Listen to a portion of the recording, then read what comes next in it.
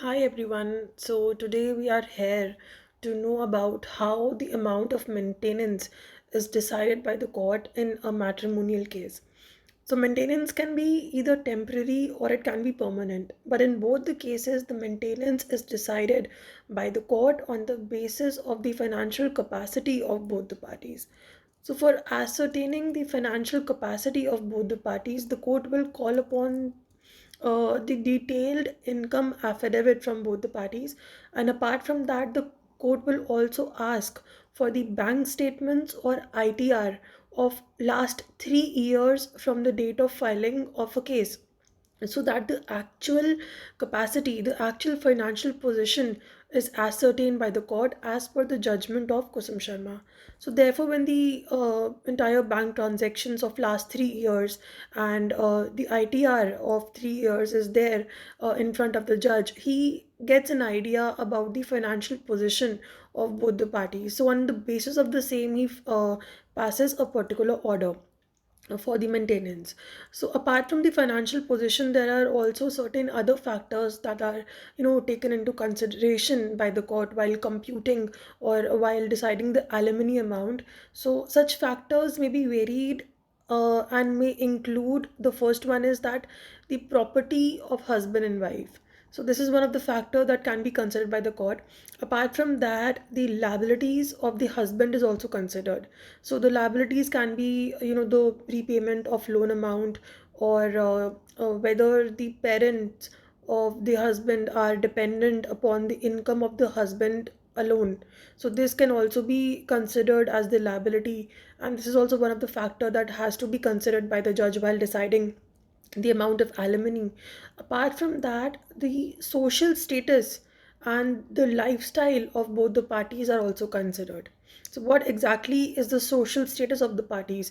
There can be a possibility that the husband or the wife are living the luxurious life and they are wearing expensive brands and all these kind of things. So, these things, the social status of both the parties, are also considered while deciding the amount of alimony or the amount of maintenance.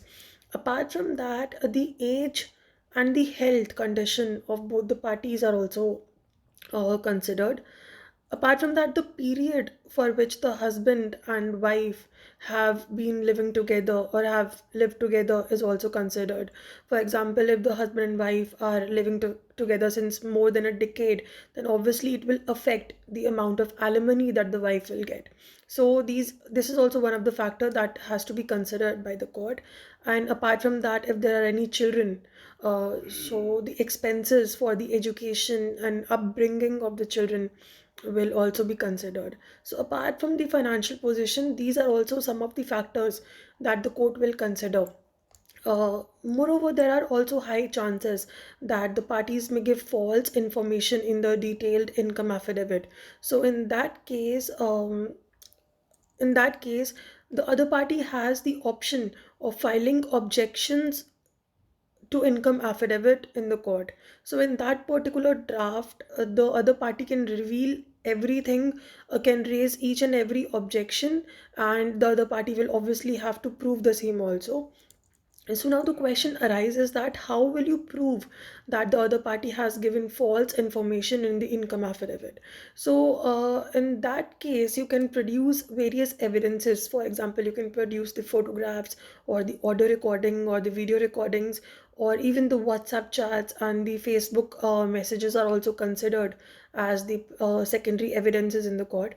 So you can also produce all these things in the court in order to prove your point.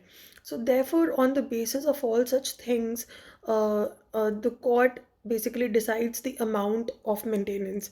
But in the end, I would like to say that, and I would like to aware you guys also that that more content, the more evidence you will give on record, the more chances will be to win a particular case. You will have to give a substance to judge so that he can pass an order in your favor. So it is really important that you keep looking for as much as evidences and you keep giving as much as evidences on record, so that you can give a good reason to judge to pass an order in your favor. So I hope this video was useful for you. Thank you so much.